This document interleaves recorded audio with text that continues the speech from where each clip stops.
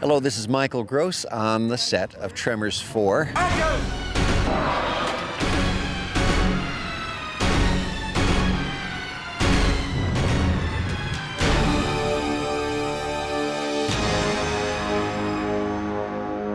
Did he do that on purpose?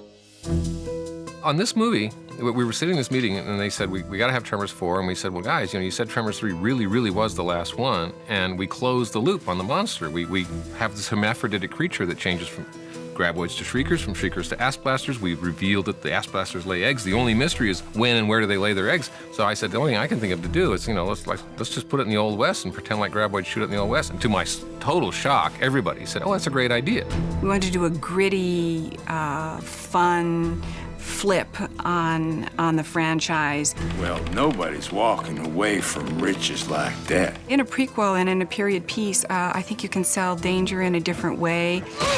You can have a different kind of humor, a fresher take on the humor.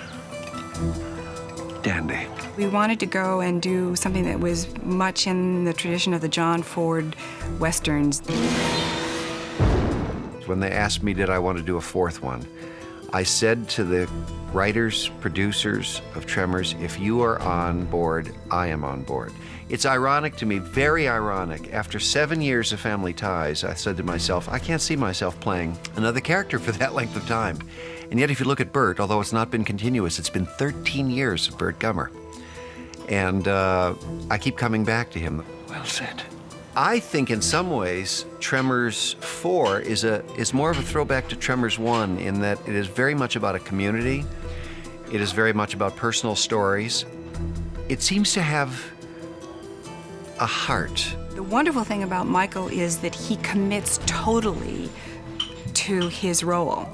And I think whenever you have an actor who is able to not only understand a part, but who is willing to make the full commitment, you get something magical on the screen. Must you speak in riddles? Michael Gross, the person, is absolutely divine to work with. A very generous actor, a very classy actor. Thank you. I mean, he's been in all of them, so, I mean, he's a big part of it.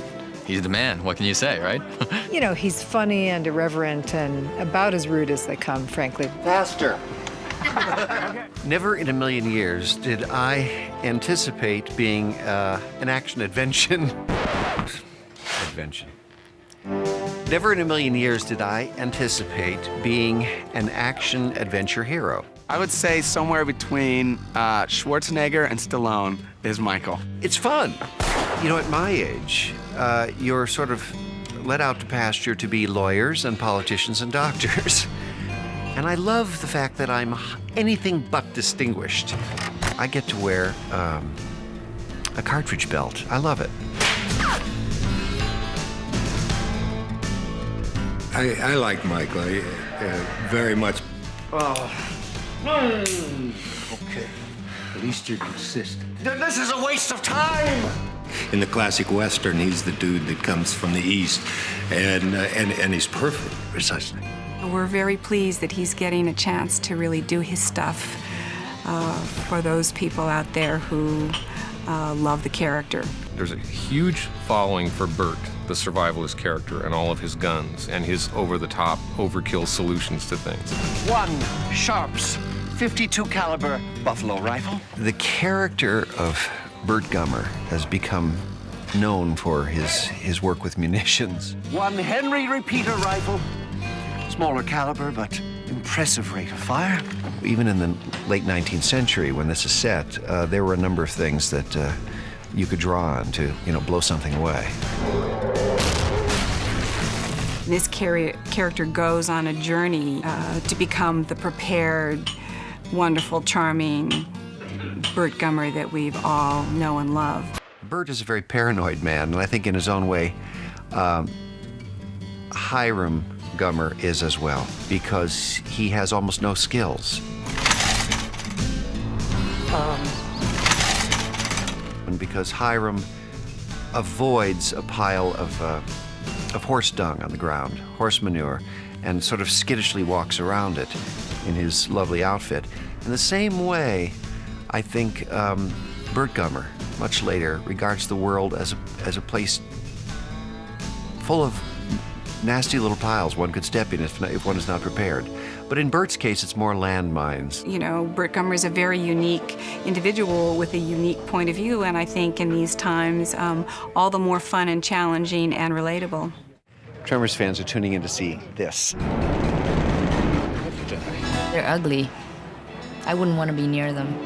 This is where it all begins. Tremors 4 really takes us back to the creation. And the next thing you hear is this really loud splintering sound. These are the first ones. This is the, these are the granddaddy, you know, graboids. What we decided was we would reveal one new thing for the graboids. We would reveal them in an earlier form that the audience didn't know existed. We would show that they go through a stage before they become full size.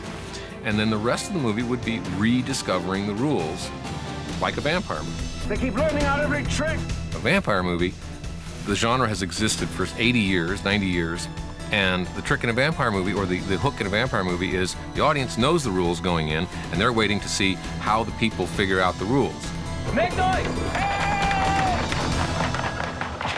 The true sci-fi fanatic loves it because we are still, we're still an enterprise that uses monsters in 3 dimensions. We use miniatures, we use puppets. They love the fact that we still use puppetry. Action! Lucky if they'll even notice me with this around. One of the gags that we've always wanted to do that's in this movie is someone up on a telephone pole with a graboid chewing the bottom up from under them and sinking into the ground. I forget, that's probably been in scripts twice at least. Some of these animatronics are, they do provide an actual threat. The other night something was attacking me sort of at face level, and I had to pull up and put something in front of it to stop it before it got to me. That's a question of timing. I actually had a sort of hard object coming at my face. I like to work with the real, you know, with the real things. They're 20 foot long and they're swallowing you down. They're very impressive and a little scary. There are a certain number of stunts on any of these Tremors movies, but it's nothing that's too difficult. Clumsy, oh! And I really do appreciate the fact that stunt people are there for a good reason. If you're game, Dale, let's go again. Redo it again because he's coming out the window differently than I did.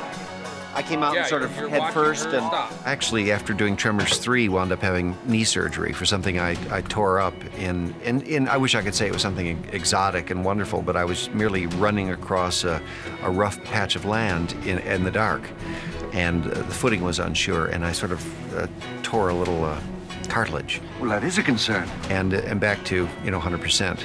So I wouldn't hesitate doing any of those things. I mean, it's silly things like refreshing your memory about what it's like to ride a horse. And I've got the saddle sores to prove it, I guarantee you. I got out here, took in the surroundings. They said, "Can you ride a horse?" I said, "Sure." And I wasn't sure I could ride a horse, but I knew that the right answer was yes. Miss Lord, I have something of paramount importance to discuss. Yes? I should like a proper bath. Oh, yeah, I had an outdoor shower scene after dusk. Thanks very much. So far, so good. It's because I'm not yet wet.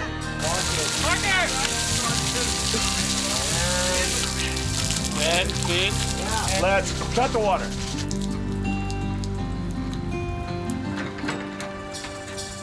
Cut! That's cut. Can I say dandy? Yes, indeed. Let's go. I know there's a huge fan base out there. It found its audience in the video market when word got around and everybody said, "Hey, you got to see this thing. This is unbelievable." And it sort of just spread like a little wildfire. I think the short for Tremors is Tremmies. Aptly named, it would seem. There are a lot of Tremmies out there. The Tremors has become something that is driven entirely by its audience. It's creating itself now in a way. They have seen these things more than I have. So they probably know more than I do about the mythology. I could probably get tripped up in a conversation with a really solid Tremors fan. We're very careful to adhere to our own rules in Tremors.